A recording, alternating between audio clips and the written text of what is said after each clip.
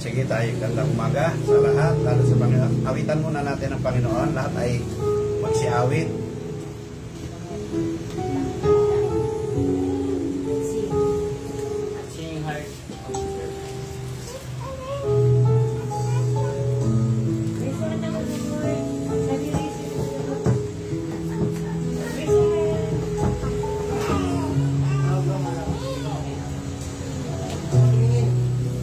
Lahat ay umawit.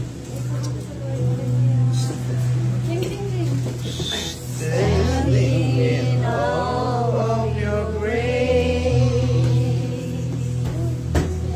setting my feet in your ways, and carrying into your presence to behold your face to face. God of all heavens and earth, holding me in your embrace, unfailing love that surrounds me. Oh God, I stand amazed.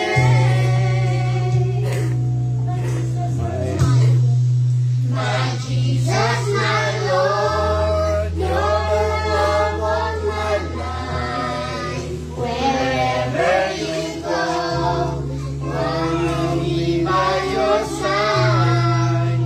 No longer I, but Christ living in me, serving you for all eternity.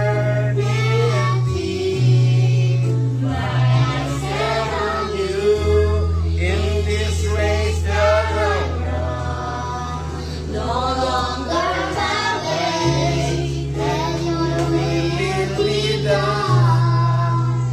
Make me a servant of my heart ever true, clinging to the cross. I follow you.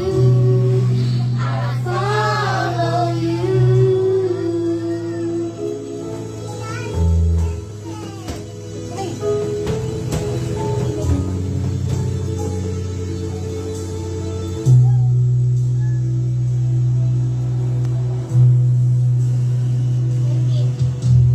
Standing in all of your grace,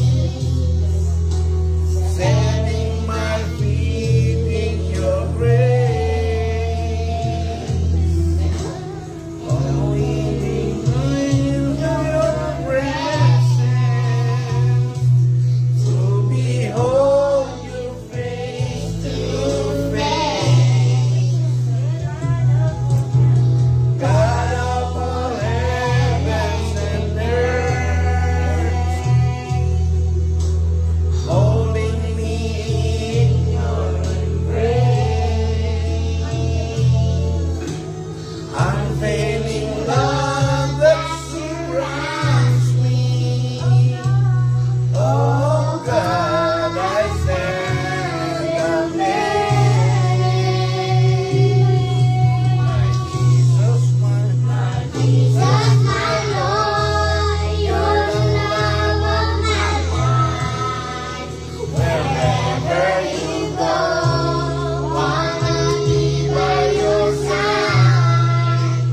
No longer mine, but Christ living in me, serving you for all eternity. My eyes set on you in this race that I am. no longer my way, let your will be done. Make me a servant that my heart treasures you. Clinging to the cross, I follow you. I follow you. Amen. Palakpakan natin, Panginoon. Sabi natin, praise the Lord. Praise the Lord. Okay, tayo ay manalangin. O Lord, salamat sa umagang ito, sa isang singkad ng isang linggo, O Lord, na pinagkalooban mo kami ng pagkakataon na sa umagang ito ay makapagdiwang kami para sa iyong salita.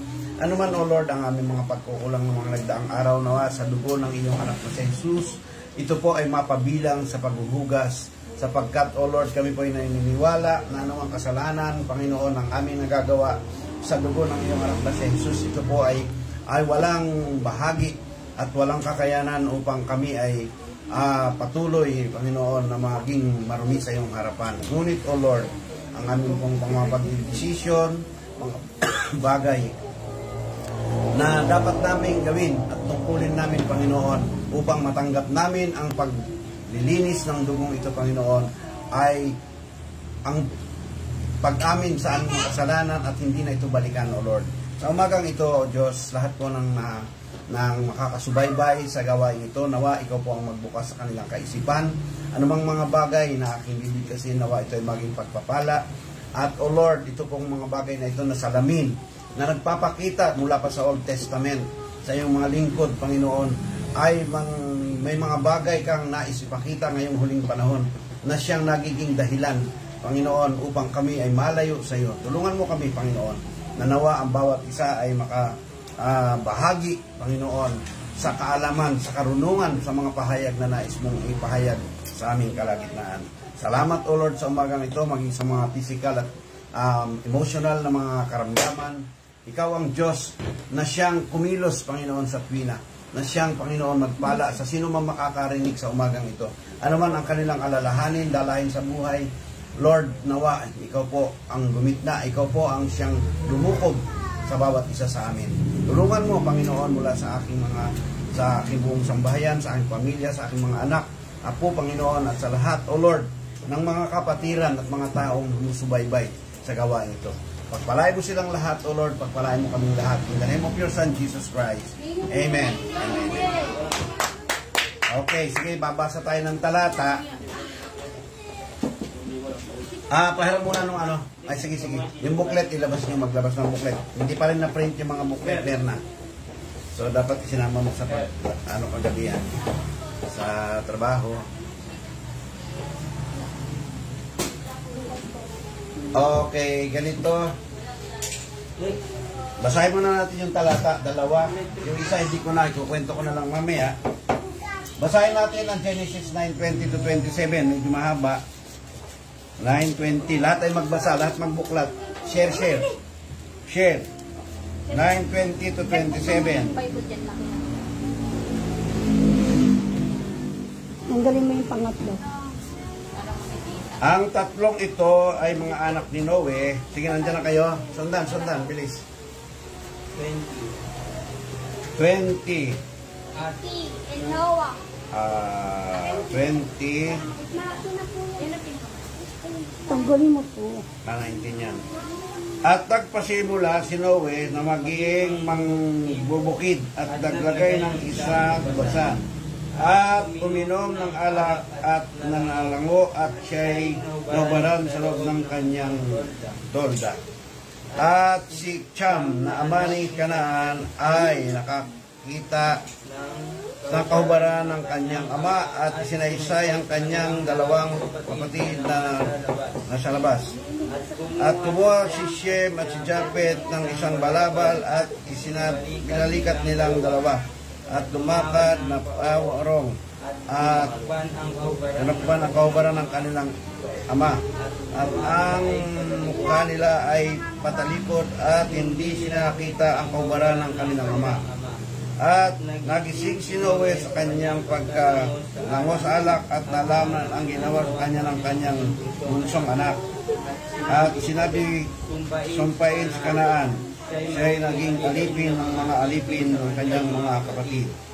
At sinabi niya, puihin ang Panginoon ng Diyos ni Shem. At si Kanaan ang naging alipin siya. At pakapailin sa Diyos si Japhet. At nakitira siya sa mga tolda ni Shem. At si Kanaan ay naging alipin niya. So yung 19:30 to 38. 19:30 to 38. So 30 to 38. Sige, nandiyan na kayo.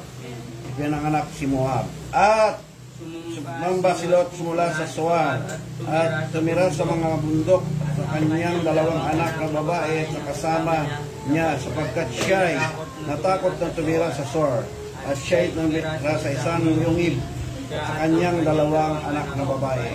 At sinabi ng panganay ni sa bunso, ang ating ama ay matanda na at walang lalaki sa lupa na sumisiping sa atin ayon sa ugali ng isang kalupaan. Halika, painumin natin ng alak ang ating ama at siya'y sumiping sa kanyang papalagi natin ang ating ama. At pinainom nila ng alak ang kanilang ama ng gabing yaon at umansok sa panganay na sumiping sa kanyang mga ama at hindi nalaman ng ama niya na siya'y nahiga nang siya'y magbangon. At nangyari na sa kinabukasan na sinabi ng panganay sa bunso, narito ako'y sumiping gabi sa aking ama. Sa painumin din ng alak ang gabing ito. At pumasok ka at sumiping ka sa kanya upang mapalagi. Yes. At pinainom din nila ng alak ang kanyang ama sa gabing yaon at nagkindik ang bunso at sumiping sa ama at hindi nalaman ng mga ama niya na siya'y nahiga at nang siya'y magbangon.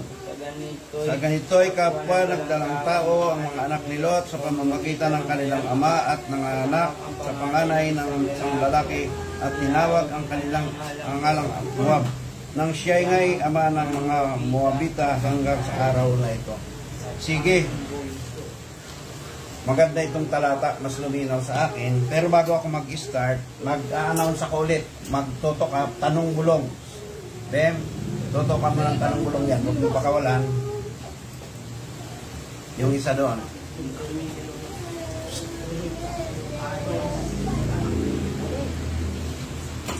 Ulitin ko ha.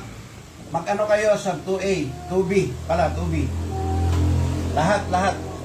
Lahat kayo ha, lahat na makakarinig, hinging tulong. Kogyo and Time series. Tuwing Sabado yan. Every Saturday, Sunday pala. Sunday, 6:30 a.m. to 8:30. I-ano nyo to? Ang tawag dito, i-share nyo sa mga giant group. I-share nyo. Nakialam na naman ito I-share nyo sa mga giant group ito.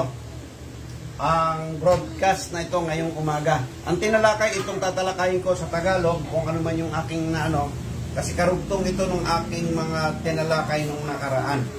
At ito ay napapanahon. Medyo sa mga karinig, pagtiyagaan nyo, tingnan nyo ano yung pinapakita rito.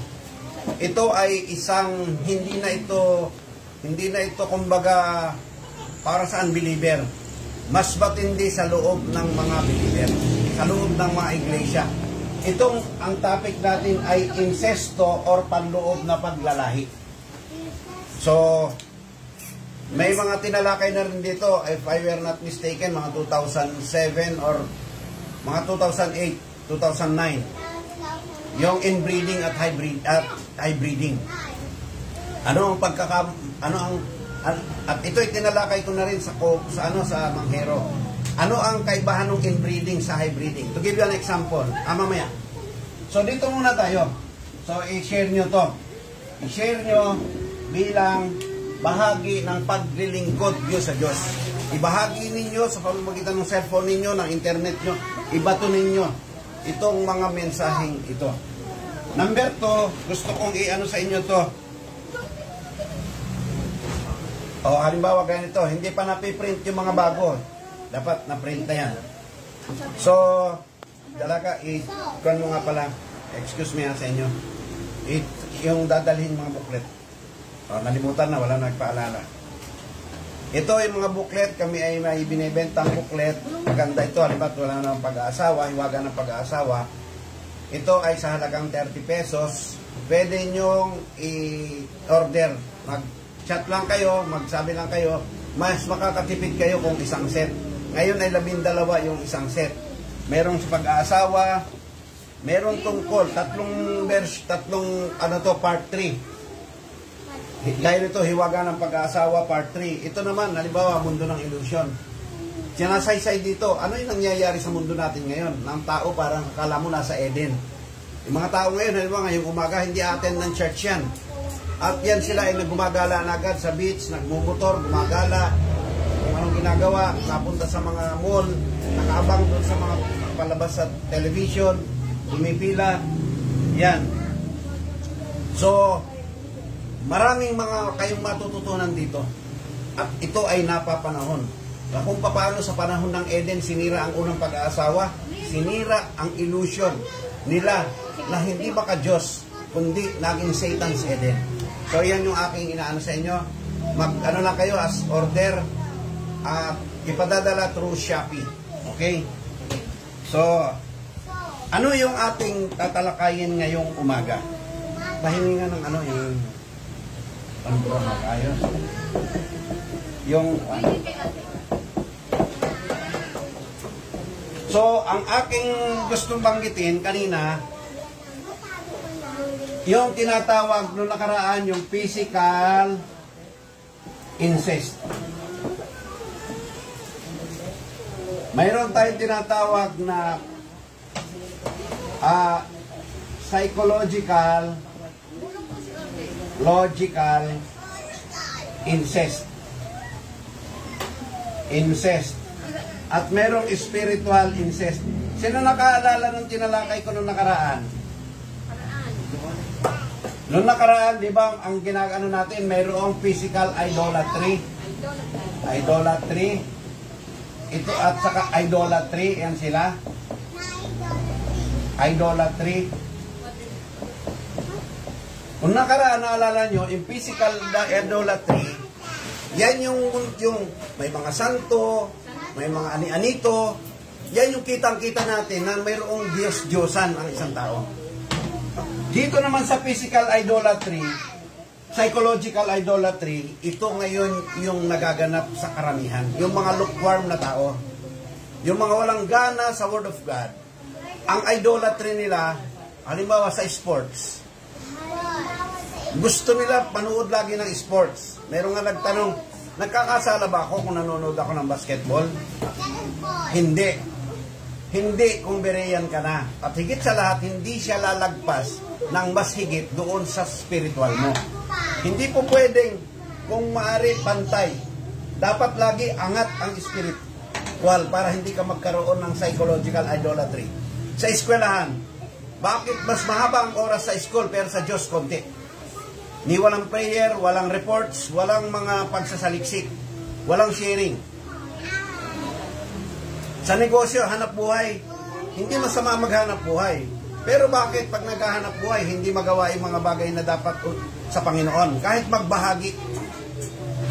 Halimbawa, mag-edit, makinig ng mga audio, video, mag-type, mag-scribe.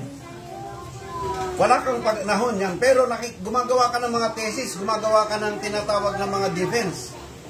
Naintindihan nyo ako? Bakit ganon? Sa makikita ninyo, ang idolatry, hindi na kailangan na ikaw makakita na may santo. May mga kahoy, may rebulto. Dito naman, yung spiritual idolatry, nung nakaraan na binanggit ko, patungkol ito, ang Diyos-Diyosan mo na yung samahan mo. Hindi ka makikinig sa iba. Sarado isip mo, Nicolaitan ka. Basta't ako, namuhay akong Katoliko, mamamatay akong Katoliko. Ako, Iglesia ni Cristo lang. Hindi ako makikinig dahil ako ay dalagang solid na fans ni tagasunod ni Eli Soriano. Dapat, hello, makinig. Mag-take note lahat ha, mag-take note. Kahit yung mga nakikinig, i-take note nyo as much as you can. Kahit putol-putol lang, kahit na anong nahagilap nyo lang, narinig nyo at naintindihan, sabay yung nagtatanong bulong kayo, parang nagiging multitasking tayo ang training na to. So habang nagtatype ka, may binubulungan ka, nakakasusubaybay. Marami nakakagawa niyan, parang sa driver, habang nagmamaneho, nakikipag-usap dun sa kanon, naniningil, tumatanggap ng bayad, nagsusukli. Saan ito bababa? Magkano pera mo? Pero nagdadrive siya. Tinitingnan niya, nakikita niya. Yan ay training. So wag kayong ang dami naman pinapagawa. para mabura yung tinatawag na spiritual idolatry at saka psychological idolatry. Kaya ginagawa natin yan, yung training. So, dito sa spiritual idolatry, mga Nicolaitan to, sarado. Ayaw nila na makinig sa iba, ang loyalty nila, hindi talaga kay Kristo, kundi sa samahan nila o sa pastor nila. So, ibig sabihin, ano ang punot dulo nitong mga idolatry ito? Ito po yung tinatawag na incest. It begins sa incest. Sa incest. So, ano yung incest? Sa incest, incesto sa Tagalog, ito yung panloob na paglalahi. Sa physical muna tayo. Sa physical muna tayo. Magbibigay ako, ano yung physical incest? Halimbawa, yung tiyahin mo o na stepmother mo or mother mo mismo, yan yung nagkaroon ka ng relasyon. Ganon din sa mga kamag-anak mo, yung malapit na kamag-anak. So yan ay ipinagbawal na ng Bible. Natalakay ko ito sa ano eh. Bawal ito physically sapagkat magkakaroon ng disturbance. Kaya nagkakaroon ng lahing hindi mabuti. Kahit sa hayop, yung inbreeding na tinatawag, inbreeding, pag yung lahi ay cycle niya na umiikot sa genes niya, nagiging mahina. Kailangan magkaroon ng hybriding.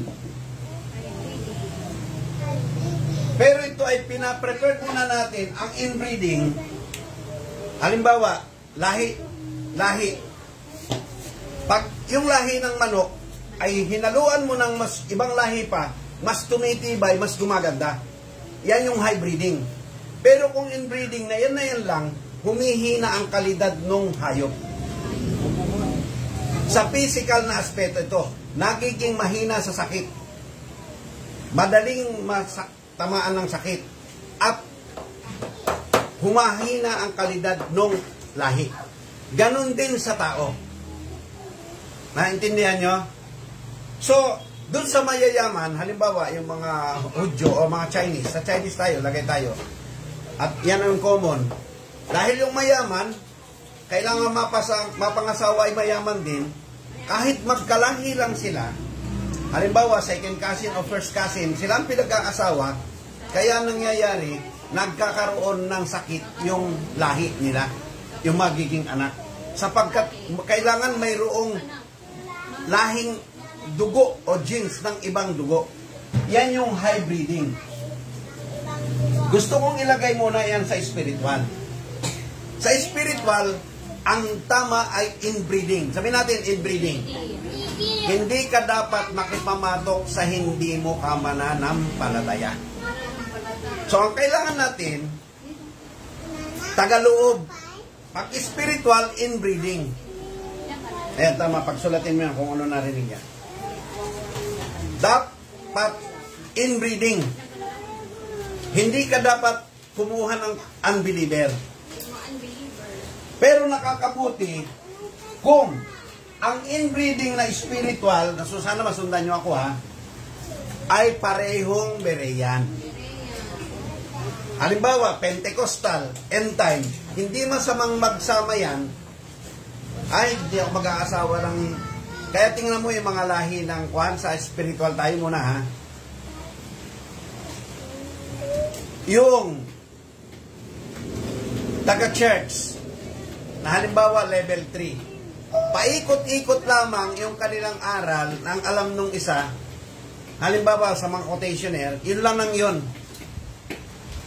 Nagkapangasawahan nga sila. Halimbawa dito, nagkapangasawahan yung taga level 3 at saka level 2, level 3 pareho. Ang alam lang nilang doktrina, yun lang doktrina na sasamahan nila. Sabi mo sasamahan.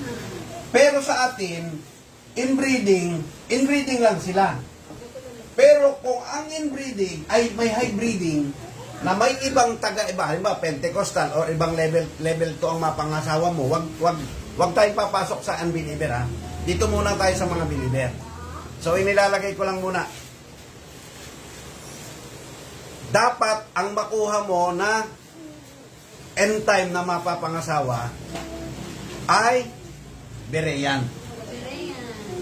Maging ito man ay denominasyon, Berean. Mas titibay ang pagsasama spiritually. Labas na tayo sa physical ha. Yung physical, okay na yan. Mas kitaga sa ang lahi. Ipaliwanag mo kung ano yung Berean, paano kung nila karinig na bago. Pwede magtanong sila. Yung kahit ibang lahi, basta believer. Kahit maski siya Pentecostal, Baptist, believer na Berean or masaliksik, open-minded. Na handang magpa-correct, magpaturo. So, kung hindi nyo naintindihan yung Berean, sa makakarinig ito, magtanong kayo, ano ba itong Berean? Ito ay isang quality ng isang Kristiyano na bukas ang isip at open for correction. Nakahang siya pag hindi pa niya kuha. Ang lahat ng kaiglesiyahan ngayon ay sarado na. Okay. Nagsasara, lalo na yung mga sikat at malalaking samahan. Hindi iyan makikinig sa'yo kasi nakatali. Let's say, Iglesia ni Cristo. Paikot-ikot lang sila. So, ang ulawan nila spiritually, ang kaalaman nila psychologically, ay hanggang doon lamang sa abot ng kanilang samahan. Yung ibang samahan ay ganun din. Nasusundan nyo ako? So, ngayon, yung incest na is physical, alam nyo, nagkakaroon nga ng sakit, di ba? Nagkakasakit. Mahina ang immune system pag iisang lahi. So, kailangan magkaroon ng ibang lahi sa physical. Pero sabi ko nga, baka ako'y ma-misinterpret nyo, pwede kang mag-asawa ng ibang lahi, ibang tao. Alam mo yung panahon, sa panahon nila Juan, nila Abraham, hindi sila kumukuha kaya si Isaac, kamag-anak lang niya, kapatid lang niya si Sarah. Kapatid lang ni Sarah, si Abraham. Tama, mali? Hello, nakikinig kayo? Kapatid lang niya sa ama. Si Jacob, ang napakasawa niya sa lahi ni Laban, kamag-anak lamang ni Sarah si Laban. Diba? Hindi lumalayo, pero unti-unti yan, maaring nagkakaroon na sila ng physical deterioration o imbalance. Pero ang pinapakita niyan, hindi sila nag-aasawa ng hindi na kalahi, parang sa mga Chinese, para yung kayamanan, mas madoble pa. Kasi pag mahirap ang napangasawa, mahahating yaman, mahirap to, mayaman yung isa, ang mangyayari, yung magiging lahi nila, kukunti na lang ang mamanahin. Dalawa lang mamana sa isang side. May mamamana lang dun sa mayaman. So, ganyan ang kanilang practice. May mabuti at may masamang implication. Pero dito sa spiritual, mamaya, yan ang ating ipapakita. So, ano yung psychological na incest? Ito ang magdugo sa lahat. Ang psychological, since ang psychological, ito ay mga lukewarm. Papasok tayo at ito, ang sasabihin kong ito ay number 1, ang tatamaan ay ako, ang ating pamilya. Yung makakarinig nito, tingnan nyo kung kayo ay nagkakasala ng spiritual, ng psychological incest. Ha? Kanina, binasa natin, dito ay may mga incest na nangyari. Hindi ko na dedetalyehin to. Magtanong na lang kayo. Ano yung incest dito sa una? Si Kanaan ay naging anak ni Ham sa kanyang nanay. Ang isinumpa yung anak, yung apo, hindi yung anak. Dito naman, ang incest dito, sinipingan, magandang intensyon ng magkapatid. Nawawala ang lahi nila. Pero, paano nila ginawa yan? Nauubos ang lahi nila, kaya ang ginawa nila, nilasing nila yung tatay nila para sipingan sila at nagkaanak sila. Nasa panahon ngayon, yan yung number 1 na problema ng Israel dahil yan yung mga lahi ng Syrians o mga Ammonites at mga Moabites. Pero nakita mo sa kabilang parte, si Ruth ay galing sa Moabites. Di ba? May mabuting idinudulot, may pangit. Ito. Pero, ang ipinapakita dito ay yung pagiging lukewarm o walang gana ng isang tao. Umpisa muna tayo, halimbawa. May proper training kaya si Lot dun sa kanyang dalawang anak? Kasi sa kultura nila, ayon sa nakasulat, pagdating sa ganung edad, dapat may asawa na yung kanilang anak. Hello? Pero ang nangyari, tumatanda na yung dalawang anak nila, at doon ang umaasa, dahil patay na yung nanay ni patay na yung nanay nila eh. Di ba naging asin? Okay, tanong mo.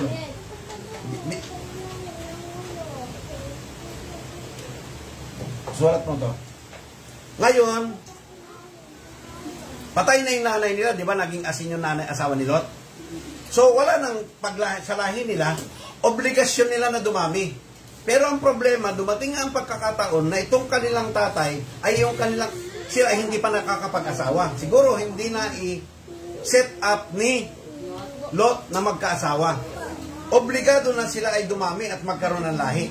Beb, di ba? Tuloy mo. So, sinipingan nila yung kanilang, so marami na itong pwedeng sangahan. Yung biological clock ng kaniyang anak. Pero ang intention ng anak niya, kapatid, kaya mawawala ang lahi natin. Sisipingan ko yung tatay natin para magkaanak ako, tapos ikaw rin magpasiping ka. Ang intention nila ay maganda, pero mali. Yan ay nangyayari sa pamilya natin ngayon. Dediretsuhin ko na.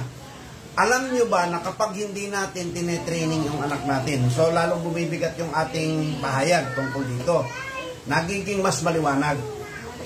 Pag yung mga anak pala natin, wala tayong gana na hindi natin pinupush yung training. So, Berna, Dalaga, kayo, mga Mima, lahat ng anak ko, at mga kapatiran. Amalia, pag hindi mo pala pinupush yung training ng ating mga anak na nagkakaroon na ng idolatry sa sanlibutan, alam nyo ba, halimbawa ako, lukewarm, ang hilig-hilig kong manood lang ng boxing, basketball, ang sipag-sipag ko sa hanap buhay. Alam mo bang yan ang naitatanim ko na ipupunla ko doon sa kaisipan? Psychologically ng aking anak. Hello, naintindihan niyo ako? Ang naitatanim ko pala na mas mahalaga.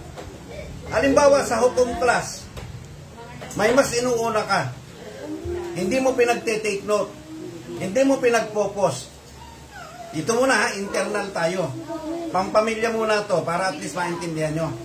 Alam nyo ba na yung binhi mo, psychologically, na itatanim mo sa anak mo? Parang ikaw, sa halip na si Kristo, yung mensahe ni Kristo ang pumasok sa karunungan, psychology ng tao, ng anak mo, yung psychology mo ang pumapasok sa kanila. Naintindihan nyo ako? Wag mo intindihan yung hukom class na yan, kahit malate ako. Alam mo, a-attend ka na lamang, malapit nang magsara. Malapit nang matapos yung lecture. Sa church naman ay, mamaya na may reporting pa. Doon na lang ako hahabol sa awitan. Nakikita nyo ang nangyayari ngayon?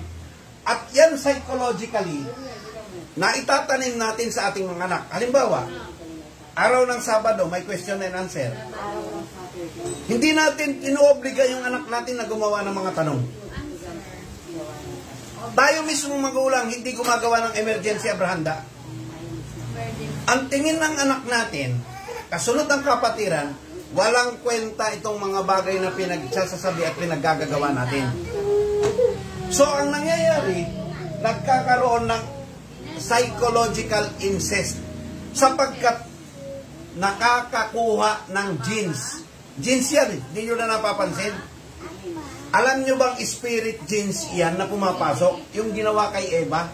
Na maaring araw-araw pinupuntahan siya, pinupuntahan siya ng serpente at nililibang siya doon sa Eden. Hindi niya, ipinapakita niya yung maganda sa Eden, pero yung labas ng Eden, hindi niya pinapakita. ng serpente. Yung dapat ipapanumbalik ni Adan at ni Eva na i-replenish, i-multiply nila. Deteriorated ang labas ng Eden. Ang Eden lang ang maganda. Hindi kayo mamamatay, sabi ganon. Alam nyo ba sa atin, ng mga magulang, kapag yung mga programa ay ating binabaliwala, halimbawa, yung tanong bulong, hindi mo pinapagawa, alam nyo ba kayo ay nagtatanim ng incest na psychological sa ating mga anak? Anak. Lahat yan. Lahat. Halimbawa, oras ng gawain, relax ka lang. Hindi ka nag-aalala kung ikaw ay mapapapasok. Tapos magre-reklamo, o sana marinig ng ibang kapatiran. Magre-reklamo na, hindi na ako makapasok. O kahit sila Yeye, Mima. Hindi ako exceed na. Hindi ako makapasok, maka-join. Kasi nga nung oras na maluwag pa, hindi kayo nag-join ng maaga. Tapos parang kasalanan pa nung mga nagpa-facilitate na hindi sila makapasok. Dapat agahan mo na. Yung question and answer sa Sabado, dapat kung Lunes pa lang, inihahanda mo na yung tanong para Sabado, ready na. Eh bakit pag school, yung defense, isang buwan pinaghahandaan. Pag pupunta sa Boracay or sa ibang mga beach, ready lahat, baka may maiwanan na gamit. Yung sunblock, naka-ready ka agad. Nakasilid na agad sa bag. Yung camera, nakahanda na agad para magkuha ng picture. So, hindi natin napapansin yung psychological incest. Hindi masama ito yung tayo ay nagtatanim, yung pagkabireyan, oy, mag-take note ka, o magtanong bulong ka, o magbabad opposition ka. Yan yung dapat itanim natin sa isip nila. At ng lahat. Sa ating pamilya, sa ating asawa, sa ating mga anak, sa ating mga apo, sa lahat ng kapatiran. Hindi ka nagkakasala dyan ng incest sapagkat yan ay karunungan ng gagaling sa Bible at kay Kristo. So, hindi sarili mo. Kay Kristo yan.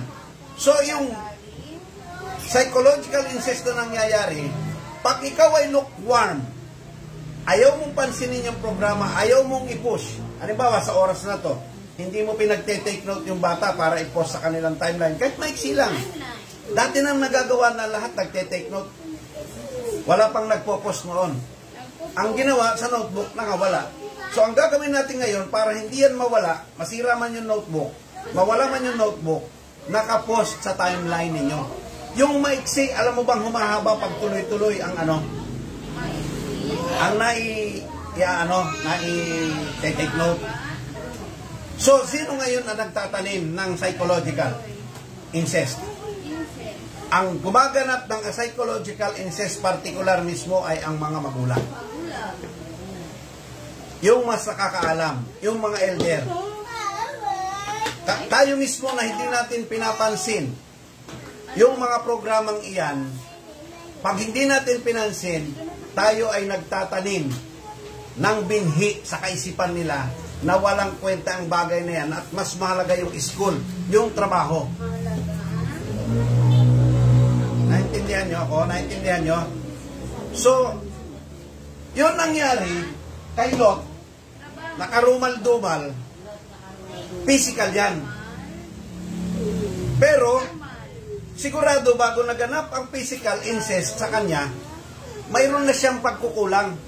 Hindi na niya ipinakilala, hindi na niya tinraining na makakilala ng mga kalahi nila ni Lot sa lahi ni Abraham. So, hindi nakapili ngayon ng wala rin mahagilap. Siguro, maingat din naman itong babae na dalawa. Ayaw rin nilang mapariwara sa mga ibang ibigay yung sarili nila sa mga unbeliever sa tatay na lang nila para hindi maano yung lahi. Para dumami pa rin ang lahi nila. May good intention sa isip ng dalawang babae. Bagamat maaari, may biological clock na doon na silang umaandar sa kanilang damdamin. Pero maganda ang nakasulat Mauubos, mawawala ang lahi natin. So kailangan gumawa tayo ng paraan, sabi ng ate. Maganda ang intention niya. So ang psychological incest na nagawa ni Lot sa anak niya, hindi na proper yung kanyang training. Naintindihan niyo ako? Ang naitanim niya sa anak niya, maaring yung programa ng Diyos, binaliwala na niya. Hindi niya sinikap na maitanim sa isip ng kanyang anak. Hindi katulad ng ginawa ni Abraham, itinanim niya kay Isaac ang tamang LCM. Naintindihan niyo ako? Kultura nila yan. Okay, balik tayo. Maiksi lang to. Hindi ko pahabain. Ano yung spiritual incest? Kung paano sa spiritual idolatry, ang nagiging idol of, actually hindi na kay Kristo eh. Tuloy mang take note mo. Ang spiritual idolatry, ang iyong kinikilala na ng loyalty mo ay nandun na sa iyong samahan o sa pastor mo. Halimbawa, sa end time, ayaw nang makinig halimbawa sa atin ng ibang end time, ang gusto na nilang pakinggan yung sarili nilang pastor o kagrupo. So, ang end time ngayon, nahahati-hati, kanya-kanyang grupo. Pero makikita mo naman, yung mga pastor, nagsisikap daw sila na magkaroon ng unity sa makinig mabuti ha. Magkaroon ng unity sa pamamagitan ng ministers meeting. Nag-uusap-usap sila. Bakit pwede sa mga ministro ang mag-usap-usap ng tungkol sa salita ng Diyos, magkaroon ng communication, magkaroon ng pagpapalitan, pagtataniman ng binhi sa binhi, spiritually, ang mga pastor, pero bakit ang member hindi kasali? So, ang natatanim natin ngayon sa member natin, nagkakaroon sila ng spiritual idolatry na ang pakikinggan lang nila yung leader nila. Eh, paano yung kabilang leader ay may sinasabi rin patungkol kay Kristo na katotohanan? Hindi na makukuha ito noong... So, mahalaga ito, itong salitang ito. Mahalaga ito. Mahalaga. Ang dapat na training para hindi magkaroon ng spiritual and psychological ay incest and idolatry, dapat ay ma-training na bereyan. Halimbawa, sa atin, obligado tayong pakinggan ang mga aral ng ibang entay. Mga lukewarm lang, mga lukewarm. So, mahalaga ito na tayo ay magkaroon ng programa na pakinggan ang aral ng iba. So, pag hindi natin tinuruan na mag-objective report o objective report, halimbawa, anong turo ng level 1? Anong turo ni Jackson, ni Gunn, ng level 2, ng level 3, ni Libel, kung sino man. Pag hindi natin tinraining na ganyan, ang kanya lang pwedeng pag-aralan, ang gusto na niyang pag-aralan, yung itinuturo ng sarili niyang pastor o sarili niyang samahan. Naintindihan? Sulat mo yan, sulat mo. Ang gusto lang niyang pakinggan, yung sarili niya. Kasi hindi natin tinuruan na maging Berean. Tinuruan lang natin sila na maging Nicolaitan. Alam mo, normal na sa tao ang maging sarado ang isip or Nicolaita. Component na yan ng ating laman at isip at espiritu. Kahit hindi mo ituro yan, normal yan sa tao. So, bukod pa sa tinuturo, huwag ka makikinig dyan sa mga taga-Kogyo. Dito ka lang. At yan ay nangyayari.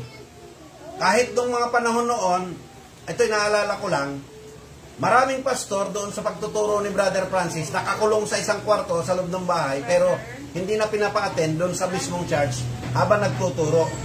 A-attend sila sa ibang church, pero ayaw pa, mismo ha, doon sa Carolina, didiretsuhin ko na, nakakulong sila doon sa loob ng bahay. Habang nagtuturo, katabi lang yung church. Pero a-attend sila, kaya sila galing kung saan-saang lugar, sa Nueva Ecija or whatever, a-attend sila ng ministers meeting sa ibang lugar. Pero pag tuturo ni Brother Francis, hindi na pina-attend, nakakulong sila. Pawisan silang inabutan ko pagbukas ko ng pintuan. Mga nakaganyan, nakaupo, patay ang ilaw. Pero lahat nakaupo yung mga pastor. Nakakulong sila roon sa loob ng isang bahay na yan. Personal ko, hindi lang isang beses itong na-obserbahan. Kita ko talaga ng binulaga ko pa nga sila, binuksan ko yung pinto. Hello! Kasi mga nakaupo sila, patay ang ilaw, pero katatapos ng gawain ang 2 oras na pagtuturo, 7 to 8, minsan 6 to 8, 6 to 9 pala. So, hindi nila napansin, mayroon na silang Nicolaitan spirit, nataniman pa na huwag ka nang makikinig dyan. At kaya kong patunayan yan. So, ano ang nangyari? Yung incest, actually, spiritual incest, tayo pala ang nakakapagtanim yan kahit sa sarili nating iglesia. Kahit sa mga under natin na mga umaanid sa atin na mga iglesia o mga pastor. O pwedeng makinig sa iba, pero dito sa isang ito, hindi ka pwedeng makinig. So hopefully nakikita nyo, itong physical incest ay karumal-dumal. Isipin mo, tatay, binanggit nga ni Pablo yan sa unang Korinto 6, may nababalitaan, o 5, may nababalitaan ako, 5, may nababalitaan ako na yung asawa ng kanyang tatay ay inasawa niya. Galit si Pablo riyan sa unang Korinto. Kasi inag-incest, physical. Kung makakakita tayo ng ganyan, magkapatid, nagkaasawahan, di ba hindi maganda? Pero ito, sa psychological, hindi natin nakikita na tayo palang gumagawa niyan bilang mga magulang, bilang mga nakakaintindi, na yung psychological incest, pag ang isang bagay pala, lukewarm ka o hindi mo pinapansin. Halimbawa, oras lang ng gawain, o hindi mo na ginagawa ang tanong bulong, o repeat bulong, how much more kung wala sa gawain? Uulitin ko, halimbawa, yung hukom class ng alas 6, alas 7, ang alas 9, alas 8, yung bang binabaliwala mo lang, may time ka naman, hindi ka nakafocus, mamanahin ng anak mo yan, ng member mo, ng kapatiran yan. Makikita nyo habang nag-i-invite, 3, 6:30 na, ang pumapasok pa lamang, 2, 3. Ang naitatanim mo, pag hindi ka pumapasok, kayo, pangunahin kayo na pamilya ko, huwag nyong gawin iyan. Pag nakita nyong in-invite kayo, pumasok na kayo agad.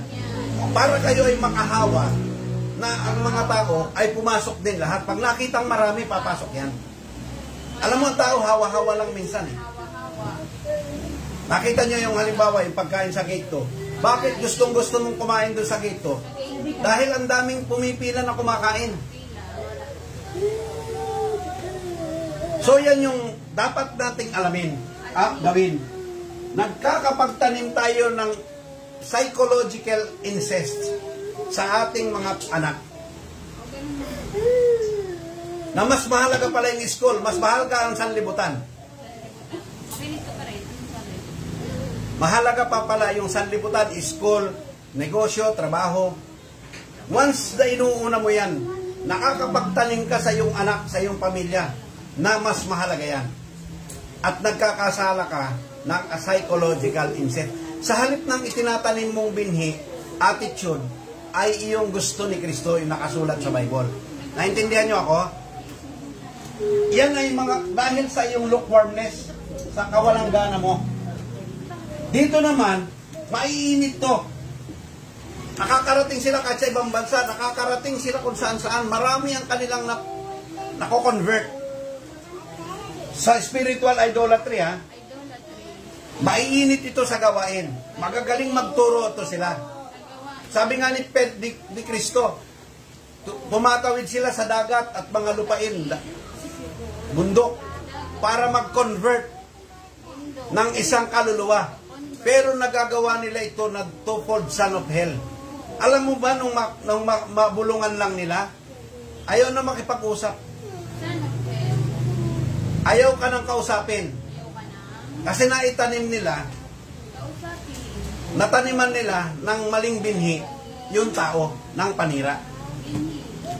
So ito ay hindi ito mga hindi ito sila parang mga walang gana sa salita ng Diyos. Hindi ito parang pipitsukin ng mga manggagawa. Magagaling ito sila. Marami ito silang convert. Maraming naniniwala sa kanila. Pero nakakapagturo sila, nagagawa nila ang spiritual incest sapagkat yung attitude nila, yung kanilang pagiging idolatry sa kanilang sarili, sa kanilang samahan. Sa pinuno nila, ang naitatanim nila sa ibang tao. So, dalawang mukha yan. Natatanim natin ng mga lukewarm, yung walang gana sa salita. Ito, yung Nicolaitan, sarado ang isip. Pwede siyang makinig kahit kanino, pero doon sa isa, ayaw niya makinig. Kanino? Dito mas malala ang lukewarm. Walang gana sa lahat ng pagkakataon. Sa oras ng gawain, kung ano-anong ginagawa. Kung ano-anong ginagawa. O, di ba? Mali yan. Mali yan. Pag oras ng gawain, dapat kung anong pinagagawa sa oras ng gawain, anong gagawin mo? Di gawin mo mamaya pagkatapos ng gawain, anong ipopost mo? E, ibang ginagawa mo? O, di ba? Ano ang ilalagay mo sa timeline mo? Ikaw. O, di ba? So, dito, kung mapapansin ninyo, nakakahiya ang ginawa. Kung sa physical na buhay, eh sa atin, kaso na niyan, rape. Incestuous rape. Kung ito ay nangyari sa panahon natin, nangyayari ito sa panahon natin, nakakahiya. Karumal-dumal at binibitay ito ng, ang hatol nito ay bitay. Pero yung mas mahalaga, eh physical yan eh. Itong psychological, pag mga bagay, halimbawa, kagaya ngayon, so pagkatapos nito, dahil hindi na print yung booklet, kailangan i-print nyo. Huwag nyong hintayin. Bilang pagbabayad ng utang, kung kayo ay hindi nag-idolatry psychological, i-print nyo na ngayon. O, di ba? I-print nyo na. Kung talaga kayo ay nagsisisi, i-print nyo na ngayon. Wala kayo munang ibang gagawin, huwag kayong kakain hanggat di nyo napiprint. Yan yung tamang pagsisisi. Sa mga psychological, sa PI, excuse me. Sa spiritual naman, maging Berean kayo. Dapat, lahat ng mga dapat yung mapakinggan, pakinggan nyo na. Let's say, halimbawa, sa sarili nila natin mensahe, buksan nyo halimbawa yung progressive, ano ba yun? Progresibong ministeryo. Yung progresibong ministeryo, tinitingnan ko, wala akong nakikitang naglalike. I don't think na mayroon tumitingin doon. Kasi ilalike dapat yan. At higit sa lahat, hindi lang nilike. Tulad sa tinatawag na comment sagutan. Dapat yan, sa mga nakikinig, pwede kayong magtanong bakit ganito yung ano. Mayroong internal kaming hukom class sa makakarinig.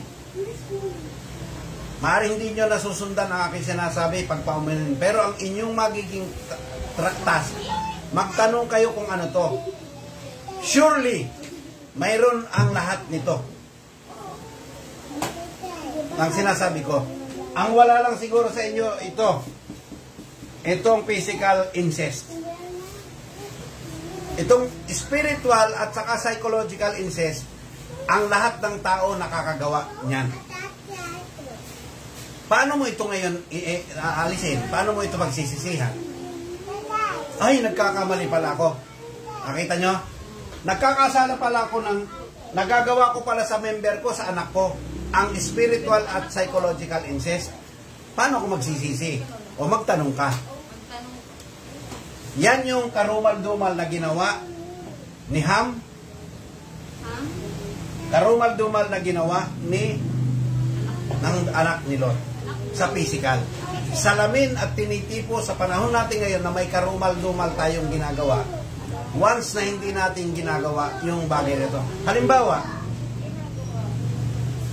uulitin ko, may oras ka naman sa oras na ito para manood at pakinggan kahit kaninong preaching, hindi lang dito sa akin. Pero ang ginagawa mo, nasa iba kang lugar. Ang ginagawa mo, nagliliwalalo ka, kasasabi mo, pagod kasi ako sa trabaho, nag-unwind lang ako.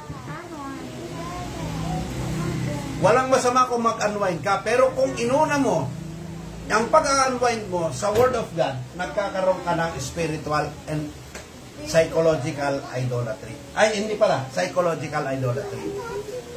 Pero kung ikaw may pagkakataon ka naman para pakinggan yung mga mensaheng ito, pero ang gusto mo lang pakinggan, yung sarili yung mensahe, nagkakaroon ka ng spiritual incest and idolatry. Nasusundan nyo ako? So, mga magulang, lahat kayo, halimbawa ngayon, nagtutuloy-tuloy ang tanong bulong nyo, hindi lang dapat sa ganitong oras. Sa lahat ng pagkakataon, ito man ay sa parte ng spiritual at sa academics. Halimbawa, kahit sa ating house chores, pag hindi naghugas ng plato, ikaw na maghuhugas. Mali. Dapat tutukan mo siya, napahugasan mo yung plato, kasi sabi ni Juan, meron magulang nagsabi, bakit hindi mo na siya pinaghuhugas ng plato? Kasi inabutan ko minsan yung bata, naglalaba, masaya, naglalaba, tumutulong magbanlaw ng damit. Pero nasasayang daw ang tubig, hindi na lang niya pinagtrabaho, siya na rin ang naghuhugas ng plato kasi tumutungtong daw dun sa lababo yung bata, baka raw mahulog. Di alalayan mo, ituloy ang paghuhugas. Alalayan, huwag ka na maghugas, baka ka mahulog, ako na maghugas. Anong ginawa ng bata? Naglalaro. Libre na yung bata. Parang ikaw mismo ang nagtalim sa kanya. Huwag na huwag kang maging maglalaba. Maghuhugas ng plato. Huwag kang magte-take note. Maglaro ka lang. Ginawa mong prinsesa yung anak mo at prinses. Halimbawa ito, yung bata umiiyak. Ang gagawin mo, hehelehin mo. Ituloy mo ang tonong bulong sa kanya. Para hindi mangyari ito sa kanya. Naintindihan nyo? Ang gagawin mo, bebebihin mo ng gusto. O huwag na, tahan na. Yung iba naman sa church, lalabas ng church, ito, kung mapaalala ko lang ha, ibibili sa tindahan yung bata. O tahan na, bibigyan ng pagkain o bigyan ng pera, bumili ka. O kaya, pupunta, anong gusto mo sa tindahan? Iniwanan yung gawain dahil umiiyak yung bata, ginawang princess and princess. Anong itinanim mo sa anak mo? Sabihin nyo, sabay-sabay. Psychological. Sabay-sabay, 1, 2, 3. Psychological incest. At idolatry. Alam mo, sinira mo yung gawain sa isip ng bata dahil prinsipe at prinsesa ako, hindi mo ako kaya. Ibili mo ako sa tindahan. Iwanan mo ang gawain. Alis tayo sa church. Doon tayo.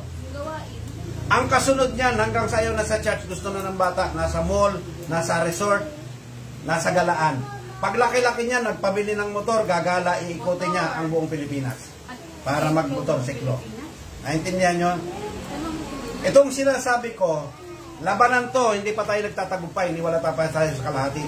Pero kailangan i-preach ko, kailangan marinig nyo, kailangan maintindihan ninyo, kasi hindi natin nakikita ang kilos ng kaaway. Yung kaaway, nilalansi tayo. Naakala, uy, ang tahitahimik.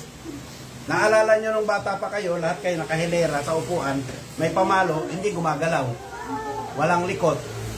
Pero dapat pala mag-take note, umabante. Nawala yung pagte-take note. Tingnan nyo halimbawa sa hukom class natin sa gabi, bakit umaalis yung mga anak doon sa loob ng gawain? Nakaupo ha, naka-video pa dati. Nakaupo, kompleto yung buong pamilya.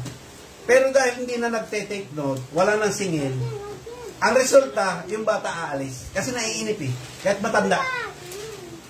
Pero kung yung matanda, kahit yung anak, ay may sinusubaybayan na obligasyon na siya mag-take note, hindi niya iiwanan ang gawain.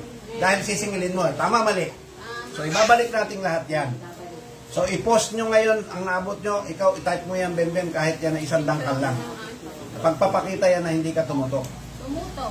Ikaw, Joseph, ganun din. Ikaw, Berna, humabol ka, Berna. Habol ka. Ikaw, Dalaga, kung anong maalala nyo, reviewin nyo yung mga tiniknot ng ano nyo. Ayan, sige. Hindi, ikaw rin gumawa, mag-post ka. Okay? Palakpakan natin ang Panginoon. Sabihin natin, praise the Lord. Sige, patutog lang, mahina lang. Focus muna, magpe-pray tayo. Dakilang Diyos at mapagpalang Ama, salamat sa nabuksan na gawain na mensaheng ito, Panginoon. Halos lahat kami ay mayroong bahagi, Panginoon, na nakakapagtaming kami ng incestuous inbreeding sa aming mga anak, sa aming pamilya, sa aming mga kapatiran, maging sa aming asawa, at Lord, sa aming mga apo. Tulungan mo kaming managumpay, O Lord, sa mga bagay na ito. na kung kami ay hindi magkakaroon ng proper training at na pagpapatupad, Panginoon, sa aming mga naririnig na mensahe, kami ang pangunahing nakakagawa nito sa aming mga mahal sa buhay. At ganon din maging sa aming mga nasasakupan, kung di namin sila ite-training ng tama, Panginoon, kami po ay nagtatanim din ng spiritual incest na kami mismo lang ang gusto nilang pakinggan. Lord, nawa mabuksan kami at gawin namin, Panginoong, itong isang pakipagkasundo o covenant sa iyo, O Lord, na lahat ng mga inuutos mo sa amin ay pagsumukitan at pagsumikapan namin maganap, O Lord. Sampu ng aming sambahayan at mga kapatiran. Salamat sa umagang ito, O Diyos, sa pangalan ni Jesus. Amen. Amen.